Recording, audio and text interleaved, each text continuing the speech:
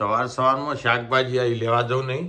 હા, શાકભાજી વાલ્યું ડુંગળીનું 50 રૂપિયા કિલો, 2 કિલો.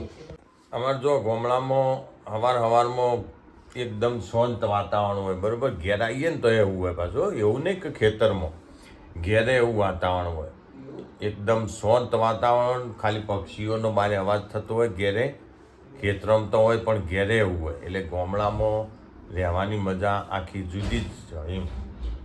કારણ કે કોઈ શોર નહીં, કોઈ ઘોઘાટ નહીં. તમે સિટીની અંદર જો તો મશીનરીનો અવાજ, પછી સાધનોનો અવાજ, એટલે પ્રદૂષણે વધારે હોય. અને હોય હવા એકદમ ચોખ્ખી. જો કે એનો ઇન્ડેક્સ અમારા ગામડાનો લગભગ 25 જ છે, અને તમે સિટીની અંદર જો અમદાવાદ છે તો એ 200 તો હશે જ લગભગ. અને બોમ્બેમાં જો તો ઇન્ડેક્સ 400, એટલે શ્વાસ લેવામાં તકલીફ પડે. એટલે આપણે તો સારું હોય ગામડામાં. લેહાડો અમે જઈએ ખેતરમાં. તો લીધું ખાતર. જો કે આજે લસકામાં પાણી વાળવાનું હોય, ખાતર જો ખાતર લઈને હેડ્યા ખેતરમાં. ઘણા કોઈ તમારે ગોમચીવ જો આ પોસ્ટર માર્યું ને ખંડોસ, અને કમેન્ટ કરતા નહીં. તમે બધા જોવું છે એટલાય પણ કોમેન્ટ કરતા નહીં. તો સારી કે ખોટી કોમેન્ટ કરવાનું રાખો. જો ગામડાનું બહુ મસ્ત એવું જીવન દાદા જોઈ રહ્યા હોય ખેતરમાં. જો અને અત્યારે તો કોઈ સિઝન ચાલો ફૂલ.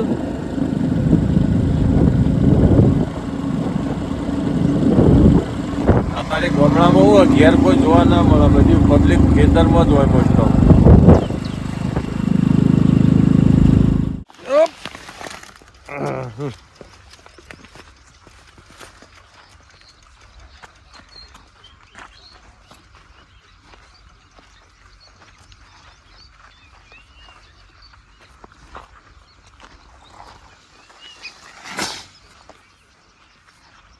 કોથળો કાલનો પડ્યો હોય તો જો હું જઉં થોડા ઘઉં વાટવા. ઘઉં વાટીને આવીને પછી ખાતર નાખું, બરાબર. તમે લસકો વાટવાનું ચાલુ કરો. આમ દેણે ફોર્મ મોઢું કરી અને લસકો વાટવાનું ચાલુ કરો. વાય હા, કોથળો કે પેલો વળજ્યા. આ સાયકલ કોની હોય પડી હતા? લાલજીભાઈ મેલીને જ્યાં આખું પંચર પડેલું.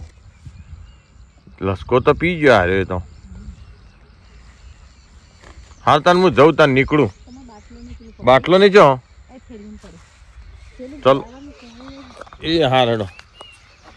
ચલો તાણ આપણે જવાનું છે બીજા ખેતરમાં ઘઉંનું મુહૂર્ત કરવા માટે, બરોબર. ઘઉં આવ્યા કે નહીં આવ્યા ત્યાં જઈને જોઈએ તાણે ખબર. અમારા હવા અને હવાના બાજુમાં ઘઉં રહ્યા ને આર્યા વાટવાના. જો કે આર્યા સ્પેશિયલ અમે રાખ્યા હતા ભેંસોને ખવડાવવા માટે, સ્પેશિયલ વાયા હતા. પણ ભેંસોને ખવડાવતા વધ્યા તે અમે હુકાઈ ગયા. તે અમે વાટીને લઈ લઈએ. જે કોથળો થાય તો ભેંસોને ખોણમાં નોખવા થાય તો જો વાટવા માટે આવ્યા છીએ. અમે પાણી પી અને ચાલુ કરી દઈએ વાટવાનું.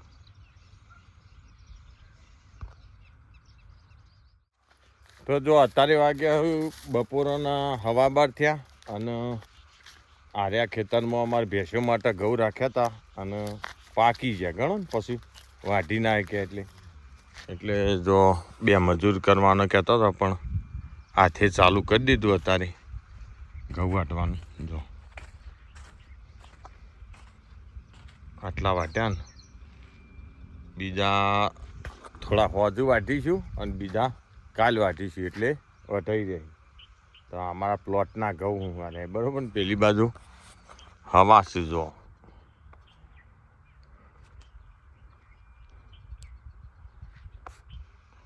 તો લહેડો ફટાફટ 2-3 પાથરા પાણીને જઈએ ઘેર, કારણ કે તડકો બરાબરનો પડી રહ્યો.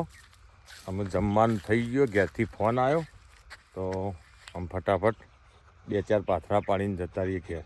પછી આવી ગયું હોજી ફરીથી. હા, 12:30 વાગી ગયા. આજ તો ખાસું બધું મોડું થઈ ગયું. શું કીધું? એ તો જ્યાં લાડવા હતા તે હાલના હાલ પાથરા ખાઈ જઈએ. ભાઈ કાઠું કોમ અત્યારે આવો તો ખબર પડે કે તડકો. ઘરમાં રે વાટી રહ્યા હા તમે કહેતા હું વાટી દઉં એટલે કહું.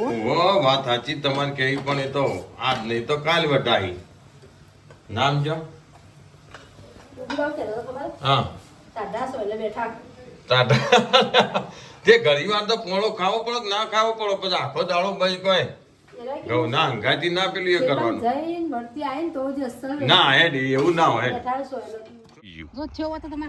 જબર થોત પણ આમ જતો રહ્યો એનું શું કરો હા ચક્કર મસ્ત થયો ચક્કર દોણો સારો પણ આ પેલી બાદ થોડો રોગ આવી ગયો વડિયાળી જેવો જ છે ચક્કર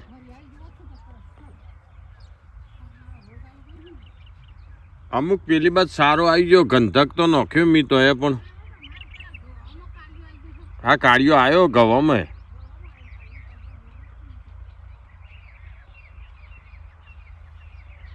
આમાં બે હ પાછું હવાએ હ અને અજમોય હ બરોબર ધોળો ફૂલવાળો રહ્યો ને એ અજમો હજો હું તમને બતાવું હા આ ધોળો ફૂલ રહ્યો ને ધોળો ચક્કર એ રે અજમો હજો એને દોણા આવી ગયા અજમાને જો આ દોણા હે ને અને આ પીળા ફૂલવાળો રહ્યો ને આને હવા જો અંદર બે મિક્સિંગ અને હવાને બહુ મસ્ત એવો ચક્કર આવ્યો જો કેટલા મસ્ત દોણા આવ્યા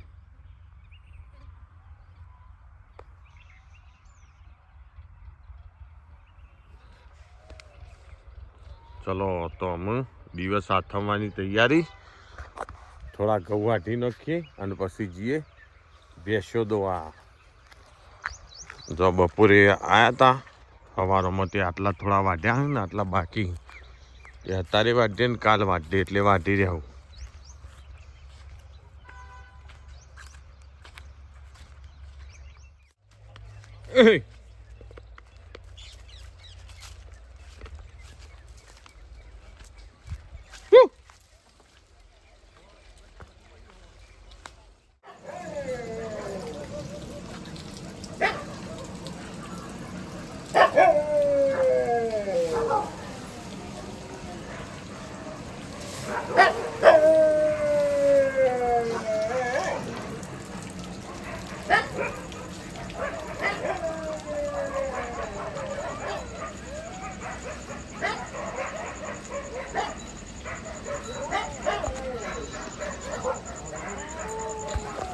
તો જો દાળો હાથમાં ને એટલે સીધો વગડા ભૂંડ આવી જાય ખેતરમાં જો અત્યારે હાલ ભૂંડ આવી જાય જો કૂતરો ભગવાન ચાલુ થઈ ગયો જો સન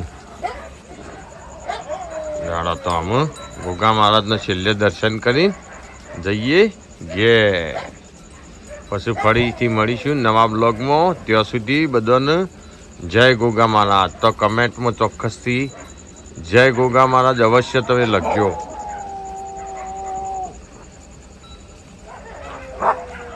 જો ભૂંડ આવેલો જો